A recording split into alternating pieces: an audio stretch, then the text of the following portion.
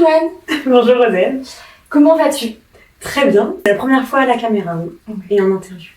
Et je suis ravie de t'accueillir sur cet épisode de la chaîne Rose Communication. Aujourd'hui, on va parler de toi, Joanne, pour comprendre un petit peu mieux ton activité, ce que tu fais, depuis quand. Donc, tu as fêté ton année d'entrepreneuriat en septembre dernier. Oui, très récemment, mais un an. Donc, joyeux anniversaire. Merci. Donc, t'es wedding planner depuis septembre 2024. Est-ce que, Joanne, tu peux te présenter un petit peu, nous dire ton parcours, savoir un petit peu par quoi tu es passée, où est-ce que tu t'es formée et puis pourquoi tu as choisi ce métier-là? J'étais partie sur des études qui n'avaient rien à voir avec l'organisation de mariage. J'étais dans l'aménagement du territoire, l'urbanisme écologique. Donc j'ai fait un master dans la même université que Rosen pour devenir chef de projet ensuite à la Défense et m'apercevoir qu'il m'en fallait plus, et en tout cas qu'il fallait changer de métier vers quelque chose de plus créatif, plus humain, quelque chose qui est vraiment porté entre les personnes. Et donc j'ai fait ce que je voulais faire depuis très longtemps et que je ne m'autorisais pas par le biais des études, c'était l'organisation de mariage. Donc voilà, je me suis lancée depuis un an. J'ai été formée plusieurs mois en décoration et en organisation pour avoir une proposition complète pour des futurs mariés et pour tout type d'événements. Je suis dans le mariage, mais honnêtement, demain, si on me demande un anniversaire ou quoi que ce soit, c'est dans mes cordes aussi. Donc voilà, aujourd'hui, c'est mes un an, depuis un an. Et donc du coup, comment ça s'est passé? C'est l'entrepreneuriat qui t'a appelé? C'est quoi, disons, la décision ou le déclic qui a fait que t'es passé de la défense à vouloir, ça y est, te mettre à ton compte? Alors déjà, c'est peut-être la désillusion de l'ambiance en entreprise et les objectifs qu'on nous demande par jour, par semaine. Et puis surtout, je pense, l'envie d'être indépendante, de n'avoir de compte à rendre qu'à moi-même. J'ai toujours été très indépendante, on est passé par la fac, donc très autonome sur tous les rendus, sur ce que j'avais à faire. Et en fait, choisir ce que je veux faire, avec qui je veux travailler, que ce soit des mariés ou des prestataires, en fait. Juste travailler avec des gens que j'aime. Et faire ce qu'ils ont envie.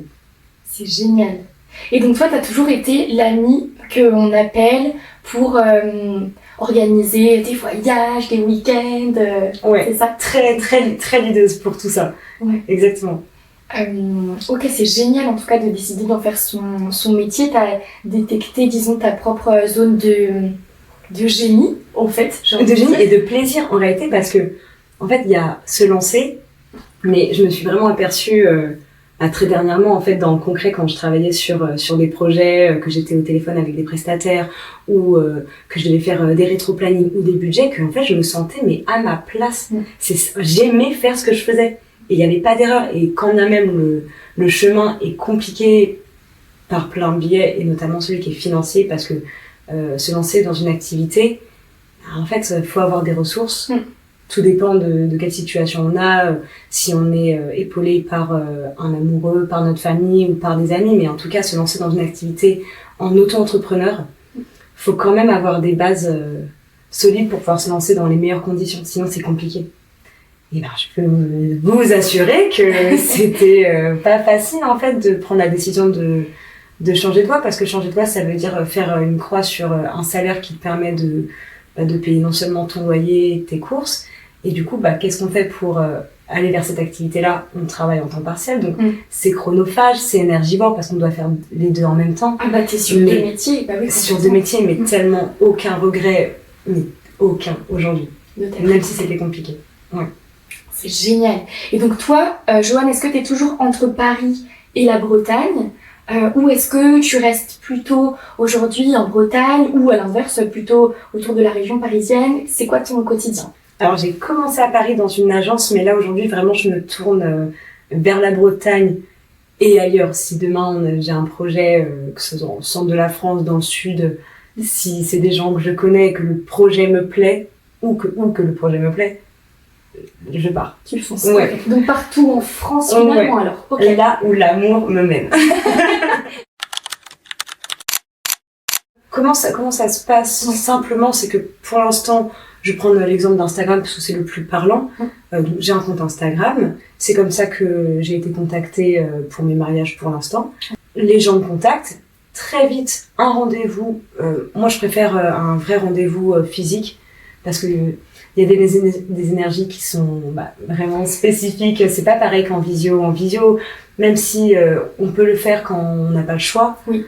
Vraiment, je préfère me déplacer. Je préfère faire 1 heure de route pour rencontrer les gens dans un restaurant, un bar d'hôtel, mais vraiment qu'on se voit et qu'on passe du temps ensemble à discuter de leur projet, de ce qu'ils veulent, du budget qu'ils ont, parce que selon le budget, on ne veut pas forcément les mêmes choses, ou des fois il y a un décalage entre ce qu'on veut. Donc voilà, c'est vraiment poser les bases de ok, vous voulez ça, moi je peux vous proposer ça. Mais super, du coup Joanne, on sait comment est-ce que ça se passe quand on veut faire appel à toi et puis ce que tu proposes dans un premier temps. Donc un vrai rendez-vous physique pour mieux comprendre, et puis toi aussi pour mieux te projeter, je pense, parce que comme tu dis, quand tu es en présentiel, tu comprends certainement mieux aussi la demande, les énergies passent plus facilement, disons, qu'en visio. Mais si on est en visio, il y a une barrière géographique, disons, c'est pas grave, vous pouvez... Non, bien sûr, on peut évidemment se voir en visio quand c'est pas possible, mais quitte à faire un rendez-vous entre humains, je préfère que ça soit dans un vrai moment privilégié où on peut se rencontrer. Alors déjà, mon premier mariage, je l'ai fait en septembre 2024. Donc j'ai attendu tout simplement d'avoir le contenu des photographes qui arrivaient à peu près 2 mois après. Et il me semble que j'ai ouvert ma page Insta vraiment en novembre 2024. Et c'est là que j'ai posté mes premières photos. Donc aujourd'hui, j'ai pas de site internet. Je travaille actuellement dessus pour en faire justement, pour publier toutes les photos de cet été.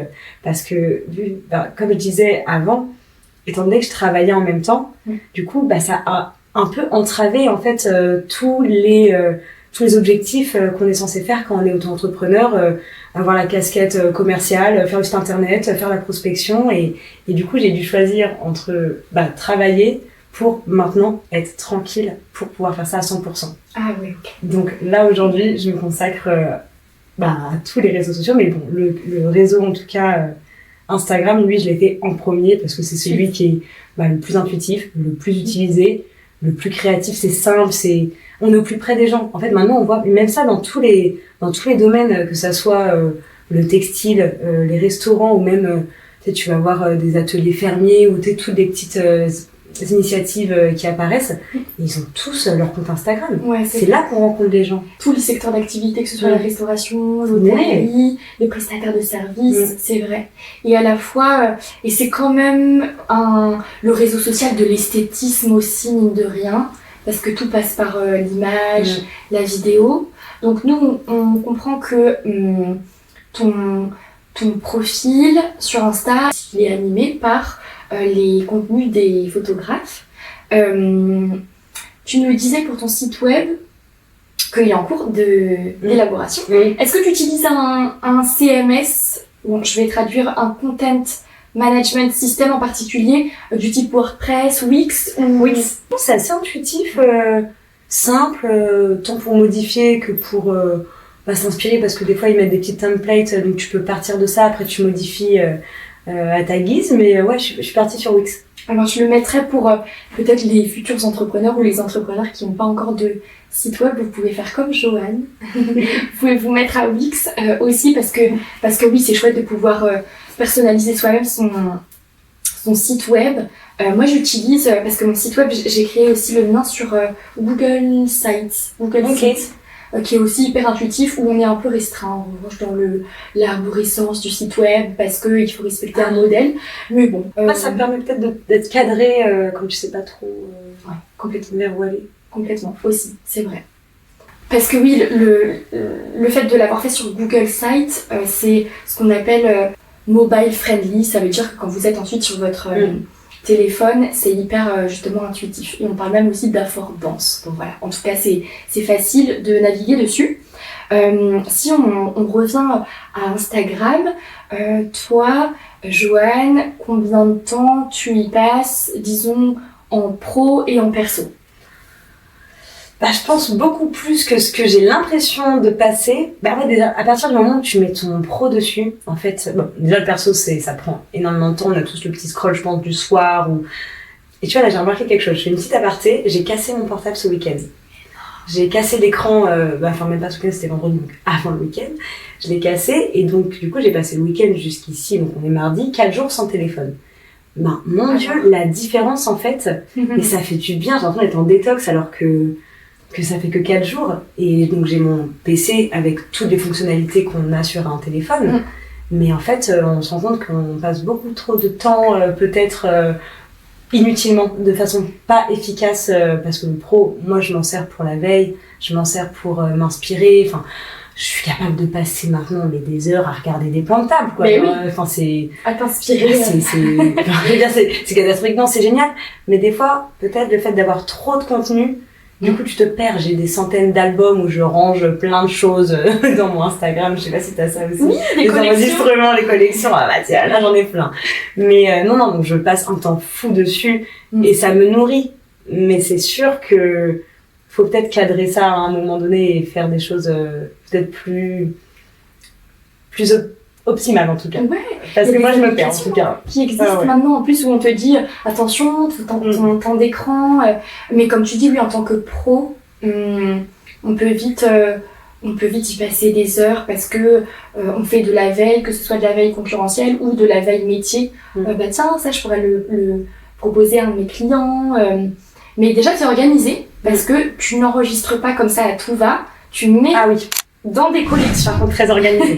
C'est très organisé. Et j'ai rencontré beaucoup de prestataires aussi comme ça. Donc, c'est très enrichissant. C'est quand même par ce biais-là que tu vas te faire un peu ton carnet d'adresses, que tu vas savoir quel prestataire fait quoi autour de chez toi, que tu vas voir des lieux. Donc, en fait, c'est indispensable d'avoir Instagram et plus globalement les réseaux sociaux. Quand tu es auto-entrepreneur et en tout cas dans mon métier, c'est indispensable pour non seulement voir et être vu, mais encore faut-il bien l'utiliser et bien communiquer. Et toi, est-ce que tu as une stratégie social media ? Est-ce que tu as une régularité particulière où tu te dis, tiens, à partir de... ou depuis septembre dernier, j'ai décidé de publier, disons, une fois par semaine, dis-nous tout. Alors, c'était mon plan initialement, mais entre-temps, j'ai dû travailler pour, du coup, faire cette activité à 100%. Donc, on va dire que là, j'ai aucune excuse à partir d'aujourd'hui pour ne plus être régulière.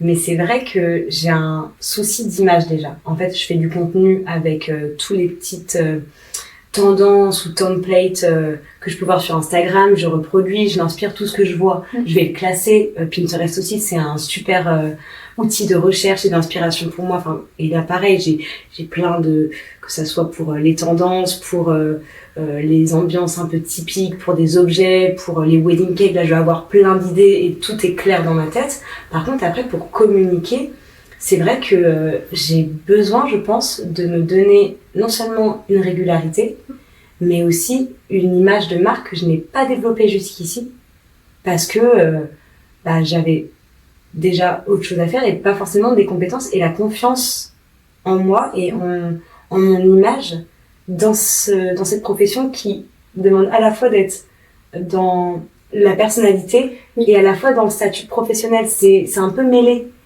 Finalement. Mais là, tu vois ce que je veux dire? Tu pointes plein de choses ultra intéressantes. On l'a juste évoqué un petit peu en off tout à l'heure. Première chose, c'est que effectivement, en tant que prestataire de service aujourd'hui, pourquoi est-ce que je dis qu'on est obligé de se montrer? Parce que et on en rigolait en se disant attends, on concurrence l'IA ou l'IA du coup nos concurrences, on sait plus. Mais en fait, oui, c'est véridique. Qu'est-ce qui fait qu'aujourd'hui on choisit un prestataire de service plus qu'un autre? C'est pour sa personnalité. Oui, on est toujours attiré par une activité professionnelle, mais on est retenu par une personnalité.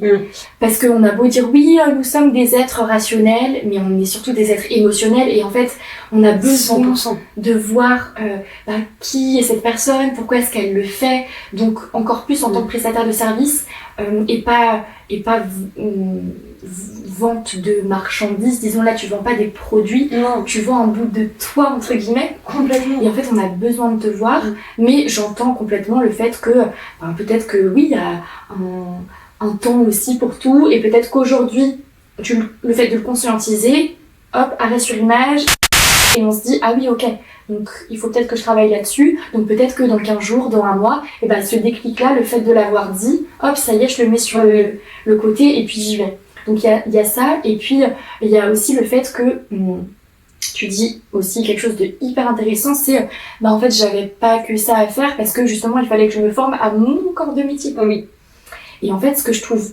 on peut les prioriser. Bah oui, Ouais. mais t'as totalement raison, parce que là, c'était ton cœur de métier. Aujourd'hui, la communication, c'est plus des compétences à développer qu'un métier en soi. À part si on se niche. Effectivement, si on fait par exemple que du montage vidéo, on peut proposer ça comme prestation.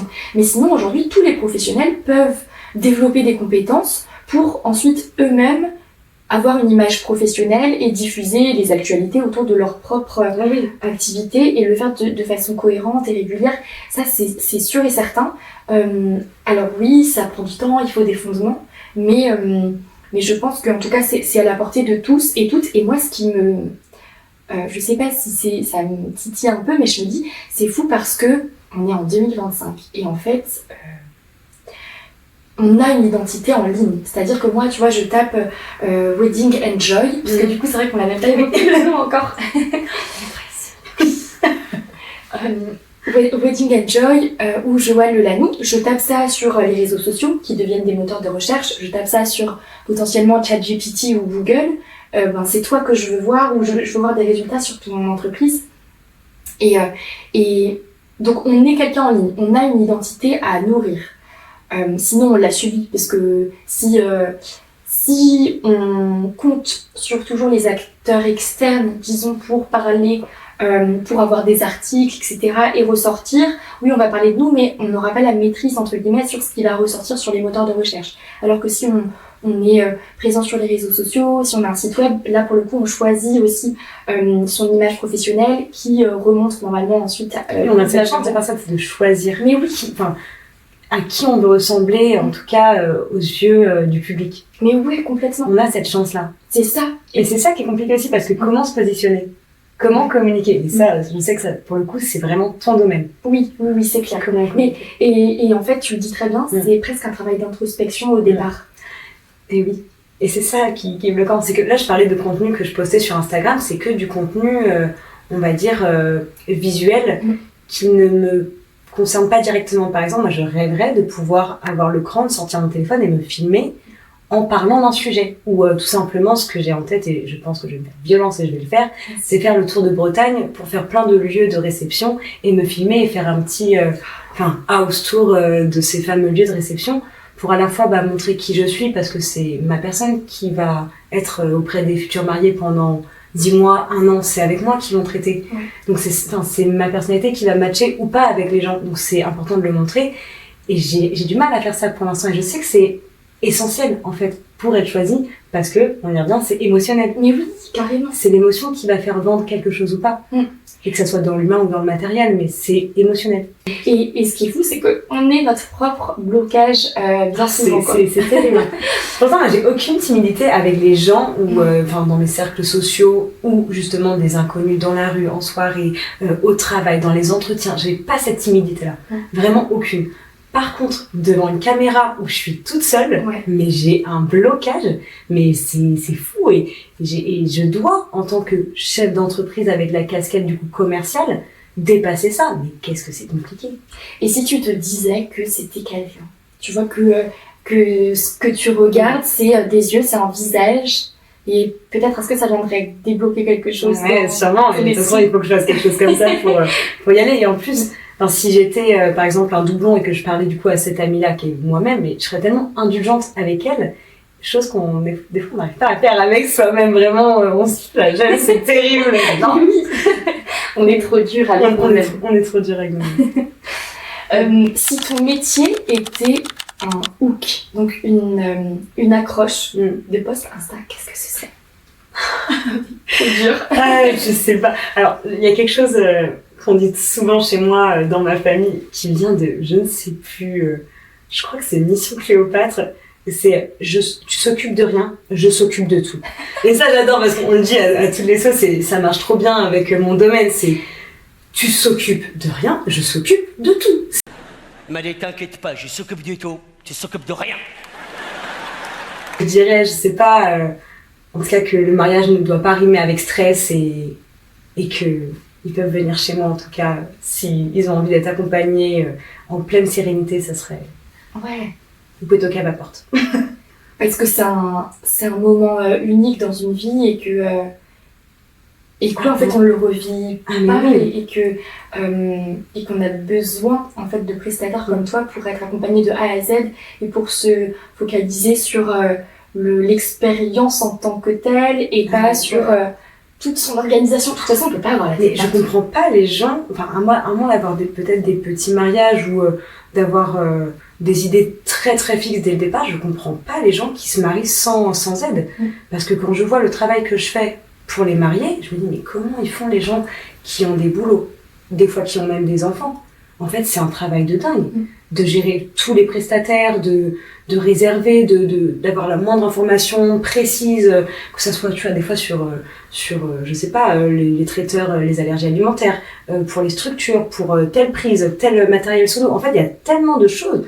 Mais je ne sais même pas comment les gens se marient sans personne, en fait. Puis c'est une telle charge. Et puis, ça encore, c'est l'organisation avant l'événement, mais le jour de l'événement, quand tu es organisé toi-même, mais du coup, tu profites pas de ton moment. Et tu as mis une certaine somme. T'es avec tes proches. Enfin, pour moi, c'est trop dommage, vraiment, de pas prendre quelqu'un. Franchement, avec les heures qu'on passe, c'est tellement acceptable, nos honoraires. De prendre quelqu'un, il faut juste être serein, d'être déstressé et de vraiment profiter de ta journée de A à Z, de glisser, quoi. C'est exactement comme quand tu organises une fête. Quand c'est chez toi, bah, tu vas profiter évidemment, mais tu vas avoir un espèce de qui-vive parce que c'est chez toi, que tu as envie que ça se passe bien, que tu as envie que ça soit bien organisé, et du coup tu vas avoir une espèce de charge quand même mentale qui va être présente avant et pendant. Et c'est dommage, même si t'as passé un bon moment, t'as quand même utilisé une partie de ton énergie à surveiller et pas du coup à profiter comme tu l'aurais fait chez quelqu'un d'autre. Donc c'est là. Et d'ailleurs, pour revenir à ce que je fais finalement, parce que moi je peux comprendre mais à 100% que les gens n'aient pas envie d'être accompagnés de A à Z. Donc il y a l'organisation complète, où là pour le coup c'est vraiment clé en main, on choisit ensemble tout ce que vous voulez dans tous les prestataires et puis après voilà on fait le déroulé. Mais il y a aussi l'organisation partielle. Si juste tu as besoin, par exemple, d'un prestataire ou juste même d'une coordination de journée. Tu vois, il y a certaines personnes veulent aussi avoir la main sur certaines décisions ou organiser une partie de leur événement. Et pour le coup, moi, je m'adapte vraiment à toutes les offres et à toutes les personnes pour qu'il y ait un accompagnement personnalisé, tout simplement. En décoration comme en organisation. Tu sépares vraiment ces deux... Ouais. C'est deux métiers. Okay, d'accord. Où je peux le faire sur 2 mariages, mais c'est vraiment deux fiches différentes. Ok. En tout cas. Donc, d'un côté organisation, d'un côté décoration. Toi, Joanne, à quel point tu penses que c'est important pour les entreprises d'être présentes sur les réseaux sociaux? Sachant que toi, tu es sur Instagram et que je te conseillerais même, tu vois, de t'implanter sur TikTok. Pourquoi ? Parce qu'en fait, une pierre deux coups, et que les jeunes d'aujourd'hui, c'est les un peu plus âgés de demain qui voudront aussi se marier. Et pourquoi est-ce que tu penses que les réseaux sociaux sont indispensables pour les entreprises, pour les entrepreneurs ? Alors, en 2025, une entreprise qui est pas sur les réseaux sociaux, ou en tout cas qui a pas de canaux de communication, ni Facebook, ni Twitter, ni Instagram, ni LinkedIn, ni TikTok, c'est vraiment soit qu'elle cartonne et qu'elle a un monopole incroyable, soit qu'elle a pas compris dans quelle époque on était. Parce que même quand on est une petite entreprise ou quand on a un secteur peut-être un peu niche, franchement, je vois pas comment aujourd'hui on peut pas être sur les réseaux.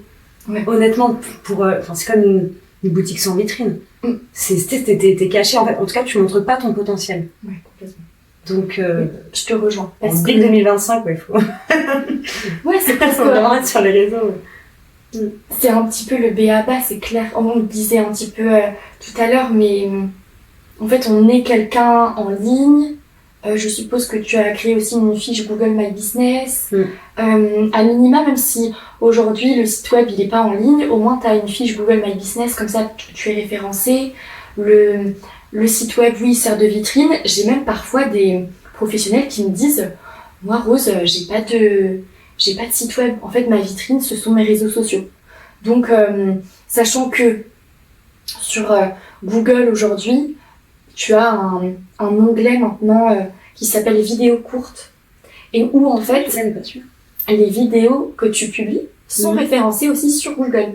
Donc en fait c'est hyper vertueux. Sur Instagram vont aussi sur Google sur cet onglet-là. Exactement. Ok.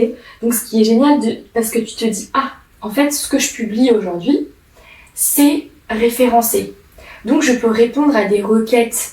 Clairement, qu'est-ce que ça veut dire? Je peux répondre à des requêtes Google grâce à mes contenus sur Instagram. D'où les hooks, d'où les légendes de posts où tu vas venir justement alimenter. En fait, tu viens alimenter les algorithmes avec ce que tu écris en légende de post, avec tes hooks et avec ton.